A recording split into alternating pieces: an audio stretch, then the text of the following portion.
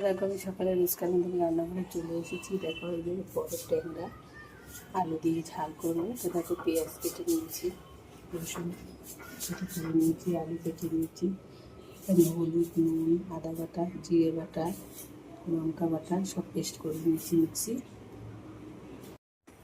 তো এখন দেখো নুন দিয়ে দিলাম, হলুদটা দিয়ে দিলাম। আমি এখন ভালো করে মেখে নেবো। দেখো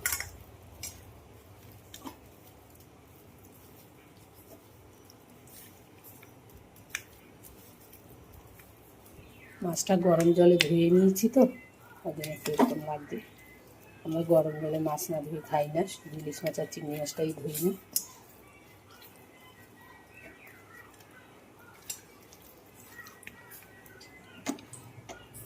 তো বন্ধুরা দেখো তেলটা হয়ে গেছে, মাছটা দিচ্ছি। দেখো মাছটা উল্টে দিচ্ছি। দেখো মাছটা উল্টে দিলাম।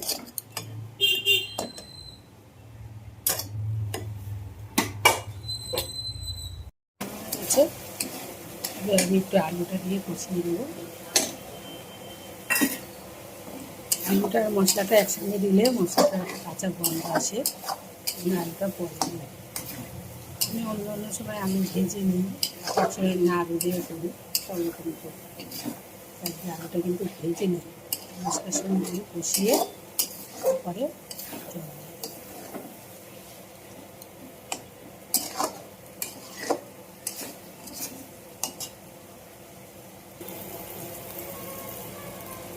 বন্ধুরা দেখো মশলাটা কষানো হয়ে গেছে, আলুটা ভালো করে দেখো সুন্দর করে। আমি জলটা দিয়ে দেবো।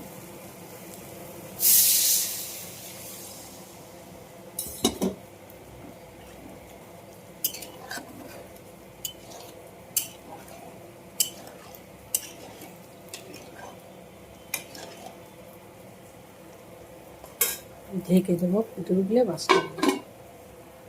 বন্ধুরা দেখো মাছের ঝোলটা ফুটে উঠেছে, আমি এবার মাছগুলো কিন্তু দিয়ে দেবো। দিয়ে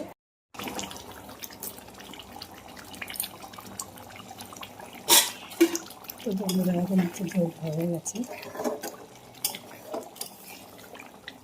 গরম মশলা দেবো, দিয়ে দিয়ে দেবো।